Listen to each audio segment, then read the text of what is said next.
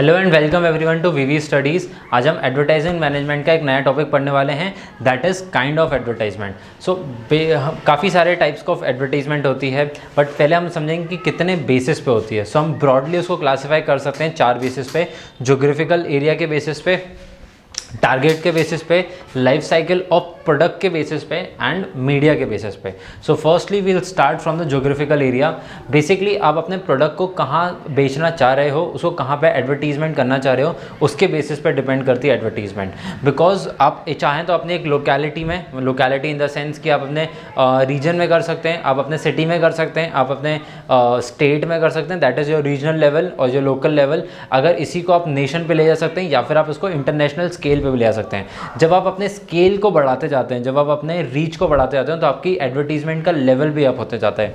For example जैसे Reliance industries ने अभी कुछ साल पहले, 1 या 2 साल पहले रिलायंस स्मार्ट स्टार्ट किया था। जब उन्होंने रिलायंस स्मार्ट स्टार्ट किया था तो उन्होंने सिर्फ स्टार्ट किया था मुंबई से। मुंबई के बाद उन्होंने फिर रीच अपनी बढ़ाना स्टार्ट कर दी। जब उन्होंने अपना प्रोडक्ट स्टार्ट किया तब उन्होंने सिर्फ एडवर्टीजमेंट स्टार्ट नहीं करी उनकी सिटी में ही, उन्होंने obviously the aggressiveness of marketing in Mumbai was very high, but as compare to the other cities जैसे कि भोपाल, दिल्ली, आप अगर दूसरे सिटीज़ में भी देखोगे तब भी उनकी एडवर्टीजमेंट्स आती थी, बट उनका जो स्केल था वो उस पर्टिकुलर सिटी में ज़्यादा था। सिमिलरली अगर मान लीजिए मेरे पास कोई ऐसा प्रोडक्ट है जो कि सिर्फ मेरे पास भोपाल में चलता है और भोपाल के आसपास वाले एरियाज़ में चलता है, तो मैं अपनी मार्केटिंग सिर्फ इन्हीं एरियाज़ में करूँगा।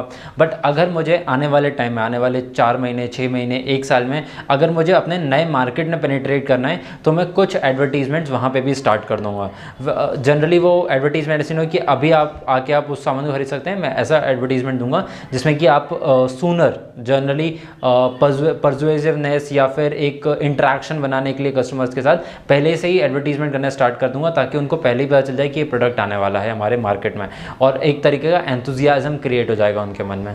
Next, so generally local level जो आपके एक बहुत ही स्मॉल स्केल पे होगा। देन नेशनल लेवल पे जो कि अभी हम जितने भी जैसे रिलायंस की ऐड देखते हैं, ठीक है, या फिर हम टाटा की ऐड देखते हैं, तो आपके पास एक प्रोडक्ट है टाटा, ऑब्वियसली हम टाटा का एक टाटा मोटर्स को अगर हम अज्यूम करें तो टाटा मोटर्स की हर जगह पे ऐड चलती है, फ्रॉम कश्मीर टू कन्याकुमारी हम हर जगह उनके एड्स देख सकते हैं। बट इन एड्स के लेवल हो सकता है रीजन्स वाइज डिवाइडेड हो, बिकॉज इंडिया का टेरेन अलग है, जोग्राफिकल एरिया अलग अलग तरीके का है। जैसे कि अगर हम नॉर्थ में जाएंगे तो बहुत ज़्यादा हिली एरियाज़ हैं, बीच में प्लेन्स और प्लेटोज़ हैं, नीचे अगेन प्लेटोज़ हैं। सो हर जगह पे कहीं कहीं पे हिली एरियाज़ बहुत ज़्यादा हैं, कहीं कहीं पे एकदम प्लेन एरिया हैं जैसे कि दिल्ली या नियर बाय एरिया। और फिर अगर हम माउंटेन्स में चले जाएं, हिमाचल प्रदेश, कश्मीर, तो वहाँ पे हिली एरियाज़ बहुत ज़्यादा हैं। तो जब आप मार्केट में प्रोडक्ट की एडवर्टीजमेंट करोगे तो क्या आप छोटी कार्स की या छोटी बाइक्स की आप हिली एरियाज़ में ज़्यादा एडवर्टीजमेंट करोगे या प्लेन एरिया में ज़्यादा करोगे? ऑब्वियसली जो SUVs होती हैं या फिर जो हिली टेरेन के लिए जो गाड़ियाँ बनती हैं उनकी एडवर्टीजमेंट हिली एरियाज़ में कंपैरेटिवली ज़्यादा होंगी। जैसे ऑब्वियसली अब तो अगर हम बुलेट की बात करते तो हिमालयन हर जगह ही चलती है, बट जो हिमालयन आई थी वो इनिशियली आई तो माउंटेन एरियाज़ के लिए थी, तो इनिशियली उसकी एडवर्टीजमेंट वहाँ पे ज़्यादा होती थी। बट एज़ पर प्रेफरेंस जो दूसरे लोग भी उन्हें प्रेफर करने लगे तो फिर उसकी एडवर्टीजमेंट नेशनल हो गई। सो बेसिकली आप प्रोडक्ट के बेसिस पे एडवर्टीजमेंट करते हो। जैसे कि अभी भोपाल में अभी ठंड आना स्टार्ट हो गई तो ऑब्वियसली जो वार्मर्स वगैरह होते हैं, जो थर्मल्स होते हैं, उनकी एडवर्टीजमेंट भी स्टार्ट हो जाएगी। बट क्या आप इसकी ऐड पहले दिखाओगे आप समर्स में? ऑब्वियसली नहीं, बट आपकी ऐड अभी भी चल रही होगी हिली एरियाज़ में जहाँ पर ठंड ज़्यादा रहती है। सिमिलरली ग्लोबल लेवल पे भी ऐसे ही होगा। जैसे कि अभी हम इंडिया की बात करें, यूरोप की बात करें या फिर हम अफ्रीकन कंट्रीज़ की बात करें, तो हर जगह पे वेदर अलग है, हर जगह पे लोगों की प्रेफरेंस अलग है, साथ ही साथ लोगों का अट्रैक्टिवनेस अलग है। How do they perceive the advertisement? जैसे कि हम एज एन इंडियन हम जनरली अवॉइड करते हैं एडवर्टीजमेंट देखना। हम यूट्यूब पे कोई ऐड आई हमने तुरंत स्किप कर दी। सो जनरली इस तरीके से एक परविजनेस बन जाती है, एक अट्रैक्टिवनेस बन जाती है। आपको उस लेवल का अट्रैक्टिवनेस बनाना पड़ेगा आपके ऐड में ताकि एंगेज हो पाए कस्टमर आपके साथ। So that depends on the level of the customer and his perception. Next, coming on to the basis of target, कि आपका टारगेट ऑडियंस कौन है, आपका टारगेट कस्टमर कौन है। सबसे पहले हो सकता है आपका general consumer, in the sense कि आपका कोई भी, मतलब सारे ही वैसे कंज्यूमर हैं, बट कंज्यूमर की जब हम बात करें तो हम एज अ लोकल लेवल बात कर रहे हैं, आप, मैं, हम सब उस पर्टिकुलर ब्रांड के कंज्यूमर हैं। फॉर एग्जाम्पल जैसे राइस, वीट, इन ये चीज़ें ऐसी हैं, टी, जो सभी कंज्यूम करते हैं। तो अब रेड लेबल की अगर आप कहीं पे ऐड देखोगे तो शायद आपको नेशनल लेवल पे हर जगह आपको रेड लेबल की ऐड मिल जाएगी, या ऐसे कोई प्रोडक्ट शुगर जैसे है, टाटा नमक है, टूथपेस्ट की एड्स हैं, तो वो ऐसी एड्स होंगी जो हर एक कंज्यूमर, चाहे हम भोपाल में बात करें, चाहे हम कश्मीर में बात करें, कन्याकुमारी, गुजरात, अरुणाचल प्रदेश, हम कहीं भी इंडिया में बात करें, या फिर इनफैक्ट हम अगर ग्लोब में कहीं पे बात करें, तो ये ऐसे प्रोडक्ट हैं जो हर जगह पे कंज्यूम किए जाते हैं। Next, on the basis of industrial, कुछ ऐसे प्रोडक्ट होंगे जैसे कि अगर मैं स्टील की बात करूं, एल्यूमिनियम की बात करूं, कॉपर की बात करूं, तो ये जो रॉ मटेरियल्स हैं वो किसी और इंडस्ट्री में ऑलरेडी यूज़ होते हैं। तो इनकी जो एडवर्टीजमेंट होगी वो आपको ऑब्वियसली, आप टेलीविजन पे डे टू डे बेसिस पे आप कॉपर की एडवर्टीजमेंट नहीं देखोगे, आप एल्यूमिनियम की एडवर्टीजमेंट नहीं देखोगे। ऑब्वियसली वायर्स की एडवर्टीजमेंट आएगी, बट उन वायर्स, वो वायर जिससे बन रही हैं, क्या आप उसकी advertisement day to day basis पे देखोगे? ऑब्वियसली नहीं। वो एडवर्टीजमेंट आपके लिए नहीं बनी है, इसलिए वो टेलीविजन पर कंटिन्यूसली नहीं आती है। वो सिर्फ उनके लिए होगी जो उस पर्टिकुलर इंडस्ट्री को बिलोंग करते हैं, तो डायरेक्टली उनको प्रिंट मीडिया के थ्रू जनरली रीच करने की कोशिश करेंगे, या 1 to 1 पर्सन डायरेक्ट सेलिंग के लिए कोशिश करेंगे। Next, profession in the sense, जैसे कि हम डॉक्टर्स की बात करेंगे, लॉयर्स की बात करेंगे, ब्यूरोक्रेट्स की बात करेंगे, तो ये ऑब्वियसली बहुत ही हाई डिग्निफाइड प्रोफेशनल्स हैं। जब इनके लिए एडवर्टीजमेंट्स बनती हैं तो वो बहुत ही ज़्यादा जनरली आता है मूवीज़ वगैरह, मूवीज़ में नहीं, एडवर्टीजमेंट्स में ही देखा होगा कि आपको एक अटायर दिया जाता है। जैसे लॉयर है तो वो उस लॉयर के अटायर में आएगा, डॉक्टर है तो वो डॉक्टर के अटायर में आएगा, ताकि वो आपको देख के समझ में आ जाए कि ये किस रिलेटेड है। अगर लॉयर के कपड़े पहन के आया तो ऑब्वियसली वो क्रिकेट का प्रमोशन नहीं करेगा, अगर कोई डॉक्टर के एप्रन पहन के आया है तो वो सिंगिंग का प्रमोशन नहीं करेगा। तो आपको एक देखने से ही पता चल जाएगा कि वो किसकी एडवर्टीजमेंट करने वाला है। जैसे कि आपने कभी अगर कोई डेंटिस्ट की अगर ऐड देखोगे तो उसके कहीं ना कहीं पे होलोमार्क्स वगैरह बने होंगे जहाँ पे वो टीथ्स बने होंगे, तो वहाँ से आप समझ जाओगे कि किस पर्टिकुलर प्रोफेशन की ऐड है। Next, on the basis of trader, जैसे हम, अब ऑब्वियसली आप वर्किंग कैपिटल मैनेजमेंट पढ़ते तो उसमें आपने पढ़ा होगा, या फिर फाइनेंशियल मैनेजमेंट में आपने पढ़ा होगा स्टॉक एक्सचेंजेस के बारे में। तो स्टॉक एक्सचेंज में ब्रोकर्स भी होते हैं, और आप पास्ट 1 या 2 साल में काफ़ी ज़्यादा स्टॉक ब्रोकर्स बढ़ भी गए, उनकी रीच बहुत ज़्यादा बढ़ गई, तो उनकी एडवर्टीजमेंट भी बहुत ज़्यादा बढ़ गई है। आजकल हम टीवी पे ग्रो की बहुत ज़्यादा ऐड देखते हैं, जैसे कि ये मार्केट सबका है बॉस, तो वो ट्रेडिंग के लिए बताना चाह रहे हैं कि आप ट्रेड करो, हमारे पास एक प्लेटफॉर्म है ग्रो नाम का, आप उस पर आओ और आप ट्रेडिंग करना स्टार्ट करो। ये तो ऑब्वियसली एक तरीके की ट्रेडिंग है, इसी तरीके से बहुत अलग अलग प्रोडक्ट्स की ट्रेडिंग हो सकती है, तो जो ट्रेडर्स के लिए ही बनी है।